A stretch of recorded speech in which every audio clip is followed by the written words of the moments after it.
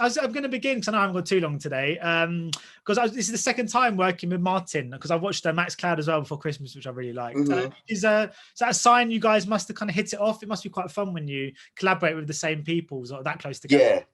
Yeah, I love Martin. As a director, he's great. He's great. The way that he works, the freedom and the collaboration that he allows. It's a dream working with him. You know, you really get to kind of experiment with things, and there's no kind of egos when you're working with him. He lets you explore things and takes on board certain things that you may want to think for the character XYZ. It's a real collaboration working with Martin. It's great. Love it. So obviously it seems to set in East London, I think, from what I gathered from what you know. And I've gathered you're from East. Is it quite nice to see the area that you sort of grew up in depicted so sort of vibrantly on screen? Because in this. It's amazing. I mean, like just being able to film something in my actual neighborhood, like in my area, was so great. When we were filming, there were days where I was like, you know what? Don't worry about like car and chauffeur type stuff. I'm just gonna walk to my mum's house. My mum's house is just around the corner. I'm just gonna go chill there. I'll see you tomorrow. Like, so it was nice just to kind of be local like that and be back in my hood. You know. Where are you based now? Are you still in London, I assume? I'm all over the place. I'm in Canada a lot. I'm currently in Canada right now.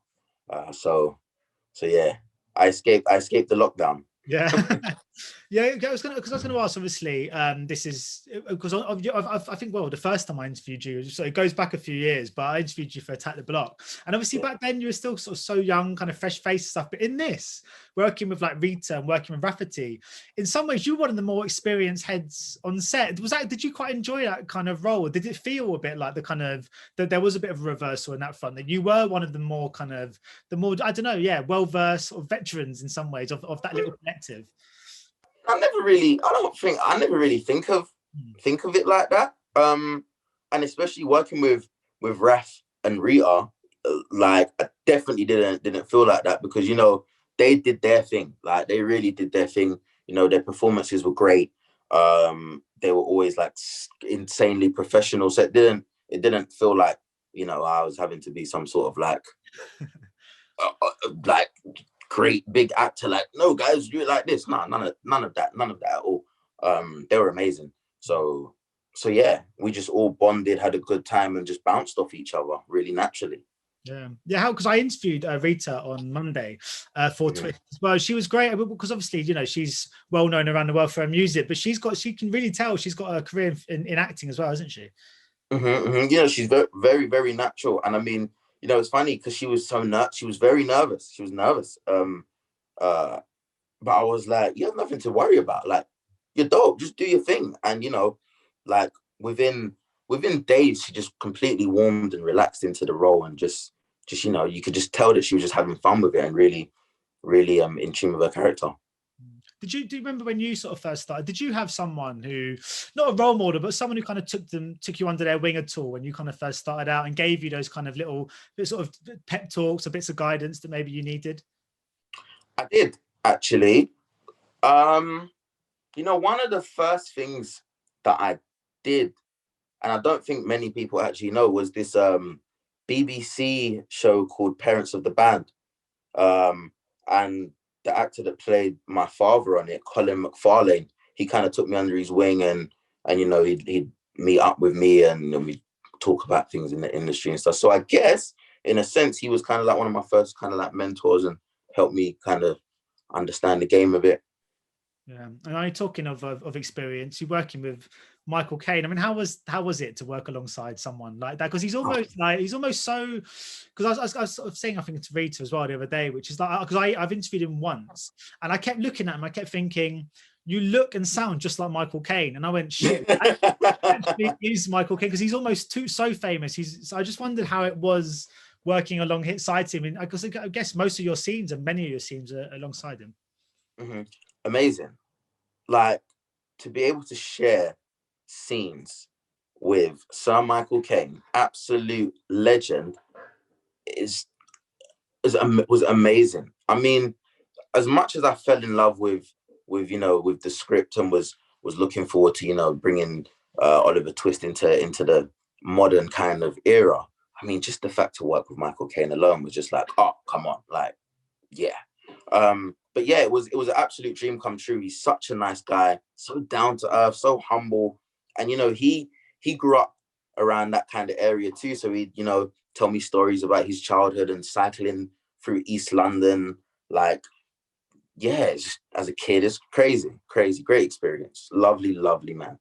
I mean, you've worked with some huge names, and obviously you've been directed by Clint Eastwood, Guy Ritchie, worked with Tom Cruise. I mean, does it get normal after a while? Like when you're on set with these people, does it get to a point when you just go, yeah, this is work? Or is there always that little sense of like, shit? Yeah, I mean, I've always told myself, even like from the first time before, like, it's always work. Make sure you don't do no starstruck. Just do your job, keep it professional. But I love it, if I'm being honest, because that's what, in my opinion, kind of makes me grow as an actor a bit more, when I'm working with some of these great people that force me to push myself, because I'm like, I can't just be completely left behind by these absolute giants in the game. Let me try and step my levels up a bit. So I love it, and just being able to learn from them and watch how they work and try and pick up on their good habits, So yeah, it's a great learning experience for sure. So yeah, so I mentioned before that I did, going back a few years, I interviewed you guys for Attack the Block. I remember I interviewed you all as a kind of collective. And one thing that struck me about that back then was you all just seemed to get on so well. I just wondered if you've all managed to stay in touch as a group, if there's still like an Attack the Block WhatsApp group or something. I know it's hard. It's harder though, I know sometimes, and people kind of move on to different projects. But have you tried to kind of keep in touch with the Attack the Block collective? Yeah, some of us still stay in contact. I mean, it's difficult now with everyone's kind of, everyone's a lot older. I mean, it was like a decade ago that we done it. So everyone's kind of gone and done their own things. We're still all friendly. Like, there's no bad blood between any of us. There's no issues. We all still speak from time to time. For those of us who are still in the industry, if we bump into each other at events and stuff, it's always cool. So yeah, we try and stay in touch a little bit, but everyone's super busy now. Yeah, I know. But I mean, of course, as well, you're a key player in the world of DC, playing Jefferson Jackson or Firestorm. How eye-opening has it been to be part of a canon like that? Because I guess that, because it comes with such a huge fan base. Have you done the kind of Comic Cons and stuff? And what's it been like to be in part of something that comes with this huge kind of established audience in place? Do you know what? I loved it. I mean, for me, that role was a dream come true. I've always been a comic book fan. Like, I'm a nerd at heart, so that was right up my alley, and just being able to be part of that world, of that universe, was amazing. And I always like going into things that do have some source material to draw upon. It always makes my job as an actor that little bit easier, and gives it a little more depth, which was nice about doing Twist, because even though it's a modern adaptation and a modern version, there's still elements from, like, the book, the book that can be drawn on and used to kind of flesh out some characters.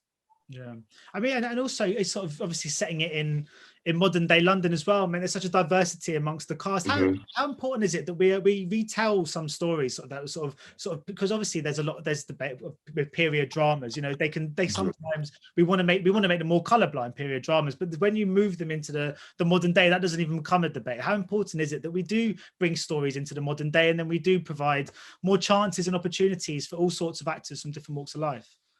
Yeah, I think, I've always seen it as a thing where the whole thing about diversity, inclusion, representation, I feel like it's something that shouldn't have to be spoken about in the way that it is. This should be a normal thing.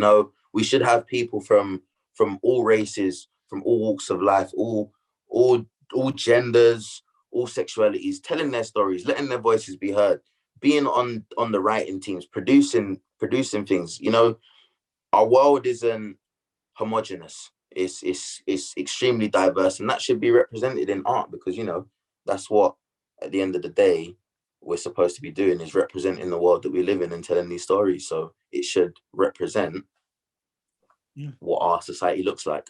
Yeah. Have you ever given much thought to like doing anything behind the lens, you know, writing, producing? I mean, obviously you're still so young, but have you ever just in sort of long-term ambitions, you ever thought about stepping behind the lens in any way, or even in a producing role or something?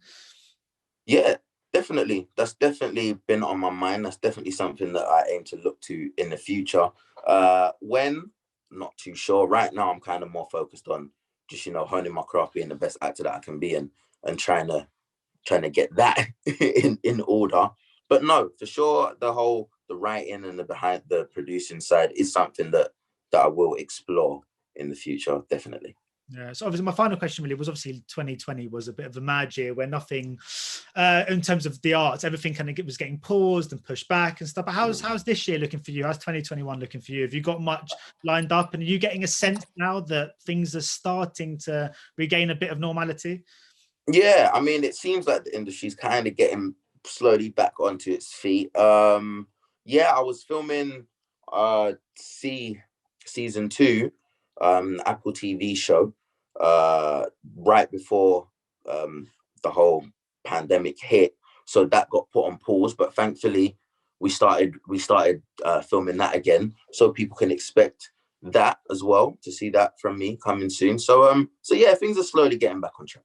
Yeah, cool. Well, best of luck with everything you got coming up. And thanks for chatting to me today. Yeah, because it's just funny because I think it was one of my first interviews years ago, and I interviewed all you at the block. And I'm a little bit older than you guys, but it's good to see all of you. Yeah, see you doing so well, because I think it's thank you. Ladies and gentlemen, you're watching Hey You Guys. Hey You Guys, huh? Hey You Guys. Is that from the Goonies? It is indeed, yeah. Nice. Hey